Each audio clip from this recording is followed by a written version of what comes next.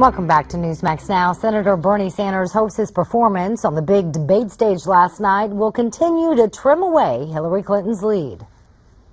Today, a male African-American baby born today stands a 1 in 4 chance of ending up in jail.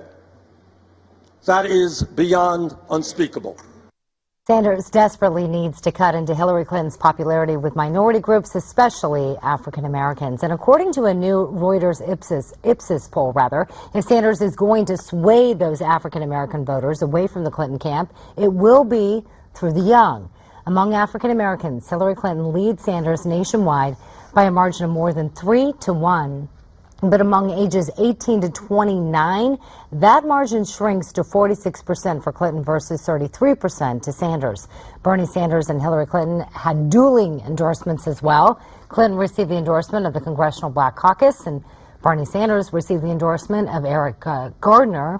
She's the daughter of Eric Gardner, the unarmed black man who died after being put in chokehold by a police officer. Martin Luther King died for this. Malcolm X died for this. And who were they? They was protesters. I'm behind anyone who's going to listen and speak up for us.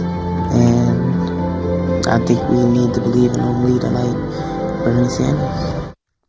Powerful video and could move the needle a little bit. Thank you, Miranda, for that setup. Joining us right now, columnist for The Hill, Brent Budowsky, also a political reporter at the National Review, Brendan Bordelon. Brendan, thanks for being with us. Brendan, thanks for being with us as well. Thanks for having me. All right, Brent, you have a new article up on The Hill today, and you call Bernie Sanders the dream maker and Hillary Clinton the dream breaker. Why do you think it has been so hard for Hillary Clinton to repurpose that optimism that Bill Clinton trafficked on so well during his years in the White House? And I think back to the Fleetwood Mac song, Don't Stop Thinking About Tomorrow, but Hillary Clinton can't stop talking about yesterday. Well, actually, I put a piece, my column in The Hill on Wednesday, was Hillary Clinton has big dreams, too, and suggested she be positive and stop attacking Bernie.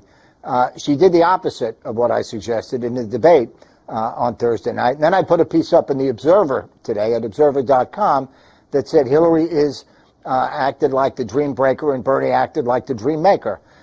It just amazes me that Hillary Clinton cannot stop being negative, cannot stop attacking, and it amazes me that she doesn't do more to talk about her dreams and her aspirations, which is what I hoped she would do in the debate, but she didn't do. What happened last night is that Bernie Sanders continued his plan, to deal with income inequality and to champion average folks against the billionaires and against the super PACs and the corruption. He kept to his message. He said why he should be president and what his dreams are. What Hillary Clinton did was spend 90% of her time attacking Sanders and barely 10% of her time promoting herself.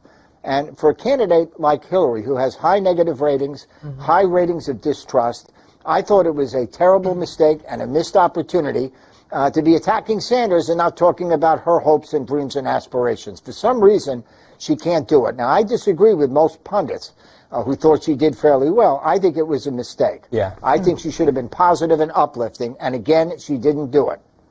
All right, let's talk more about Hillary Clinton. Dick Morris has a new article out, and he says the Clinton campaign is just falling apart. Morris talks about Clinton calling on her B team, longtime aides Sidney Blumenthal and David Brock, to bail her out. They, along with Bill Clinton, continue to fire these attacks. And Bernie Sanders, Morris, calls his strategy laughable. I want to ask you, let's see, Brendan, let's ask you, what do you think of Dick Morris's comments? Well, if she's relying on David Brock, I mean, this isn't exactly a new strategy for her, right? She's been working with David Brock's PAC for several months now. He really hasn't been able to land a punch on Sanders or anybody else. Sid Blumenthal, if you go through the Hillary emails, has been much more of a liability to her than an asset this election cycle. I mean, he's been brought up in the Benghazi hearings. He's kind of seen as this shadowy figure in the sidelines of her foreign policy adventures when she was Secretary of State. So she's bringing these people to bail her out. I don't really know where the Clinton camp is coming from, because if anything, both of these guys have been liabilities in the past few months. But the broader issue of Clinton staff shakeup, that has been mentioned in the run-up to New Hampshire and especially I think after this blowout on Tuesday by 22 points, there is going to be some kind of shakeup in the campaign. The Clinton camp loves to do this. They love to kind of throw a couple people to the wolves when something goes bad like this, and I think that's what we're going to see. I agree with Brent that she needed to be more aspirational, but I also think, especially in last night's debate, she needed to land some punches on Sanders. And you know, I disagree with Brent when he says that she attacked. I didn't really see it. She kind of was listless. It's like she barely showed up, and she really needs to start needling him on some specifics if she wants to get anywhere. Yeah, listless is the word you use in your piece out today at NRO, but you know, you've been at these Bernie Sanders campaign, and you were there in New Hampshire, Brendan, at the victory celebration for Bernie Sanders. You talk about the momentum that he has behind him. If she can't stop him in these debate performances, she has so much more experience in the debate setting. If she can't stop him there, when will she be able to?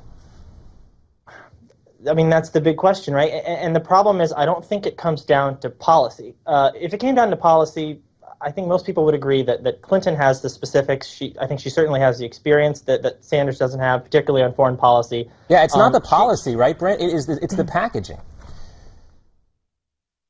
Well, yeah, but let me just answer. Okay, go ahead. I'm sorry. No, go ahead, Brent. We got to wrap it up here. I want to make sure you get a little more time to talk, too. Now, if Hillary Clinton came down on Mount Sinai with the Ten Commandments, Dick Morris would find a way to compare her to Satan. So he is not the most authoritative source on Hillary Clinton. But on this, you guys both agree, though. That was interesting. Yeah, and you know, yeah, watching I thought her. Go ahead. I thought her performance was bad for the reasons I said, not for the reasons Dick Morris says. But what you guys do both agree on is that there is an inability to put forth a more positive message, even though everybody can kind of see that the negative attacks on Bernie Sanders are not working. I agree. I know, and that's what we're trying to point out here. There is a rare agreement between Brent Budowsky and Dick Morris. That just goes to show you where things stand right now with the Hillary Clinton camp. When it comes to Clinton, it seems to be about her experience. When it comes to Bernie Sanders, it seems to be about the people, the message of hope. And I think that's the big... Movement seems to win every time. Gentlemen, thanks for the conversation. Sorry we had to wrap it up in that fashion, but it was enlightening nonetheless. Brent Budowsky, Brendan Bordelon for the National Review. Thanks so much, guys. Thank you. Coming up in today's roundtable, the naked truth behind this Ted Cruz ad and why his campaign decided to pull it. Plus, if you can forget the chocolates or roses, this Valentine's Day we have some tasty alternatives for those looking to think outside the box. Really outside the box?